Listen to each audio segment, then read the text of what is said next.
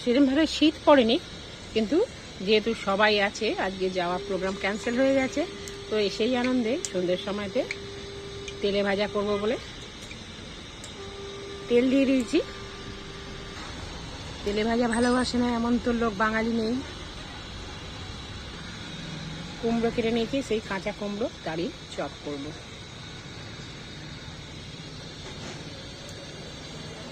এতে একটু চাল গুঁড়ি দিয়ে দিয়েছি, চাল বাটা দিয়েছি, ক্রিসপি হবে বলে চাল বাটা দিয়ে দিয়েছি।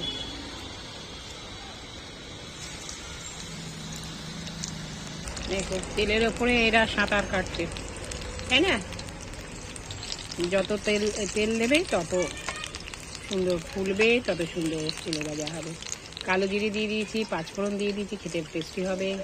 গরম মশলার গুঁড়ো, নুন, মিষ্টি, অল্প হলুদ, লঙ্কা গুঁড়ো সবই দিয়ে দিয়েছি।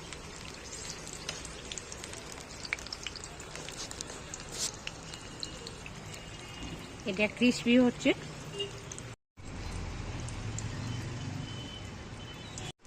ব্যাস, কুমড়ো চপ রেডি। কতটা ক্রিসপি হয়েছে আওয়াজ যদি শুনে বুঝতে পারছো। এবার দিয়ে দিয়েছি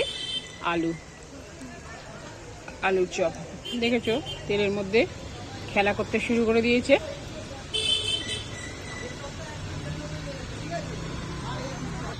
আর কিছুটা করব পালং শাকের পকোড়া, খেতে খুব ভালো হয়। এদের চাল গুঁড়ি দিয়েছি বলে দারুণ ক্রিসপি হয়েছে, দারুণ।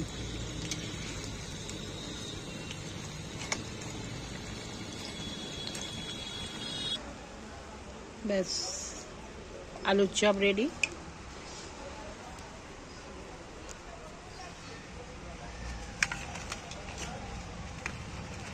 দারুণ ক্রিসপি হয়েছে, শব্দ শুনে বুঝতে পারছো। এবার করলো চিলি সস দিয়ে পালং শাকের পকোড়া। পালং শাকের পকোড়াও রেডি। আমার মনে হয় খুব ভালো লাগবে খেতে। ভিডিওটা ভালো লাগলে প্লিজ লাইক করো, শেয়ার করো, নতুন বন্ধুরা প্লিজ সাবস্ক্রাইব করো। Thank you.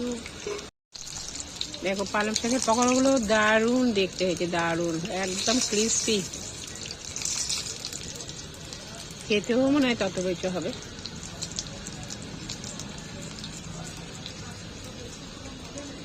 এইভাবে কলমি শাকেরও পকোড়া করে, খেতে খুব সুন্দর। তো পেঁয়াজ টিয়াজ দিয়ে করতে হয়। তারপরে পুঁই শাকেরও হয়, ইউটিউবেই দেখা, পুঁই শাকেরও হয়।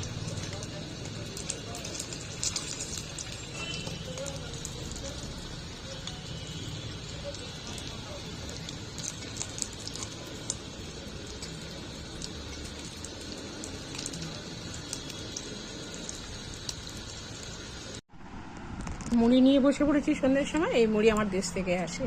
তো তেলে ভাজা করে নিয়েছি, তাতে ব্ল্যাক সল্ট দিয়ে দিয়েছি। আর তোমাদের দেখাই সব সময়তে যে আমি সবাইতে একটু পেরি পেরি মশলাটা, এতে এত টেস্টি যে সব জিনিসের দিয়ে আমার খেতে খুব ভালো লাগে। এই জন্য এতে যদিও লঙ্কা টঙ্কা দিয়েছি, তার মধ্যে লঙ্কা গুঁড়ো দিয়েছি, চিলি সস নিয়ে নিয়েছি, তারপরে এটা দিয়েছি। তো চলো খাওয়া যাক। এর সাথে খেতে বসো, টুলটা নিয়েছি, চাও নিয়ে নিয়েছি সাথে। চলো খাওয়া যাক। আগে খাবো কুমড়ো, দেশের কুমড়ো, আবার তার সাথে বিশাল বড় বড় লঙ্কাও নিয়ে নিয়েছি। দেখো কতটা ক্রিসপি হয়েছে শাকের চপ।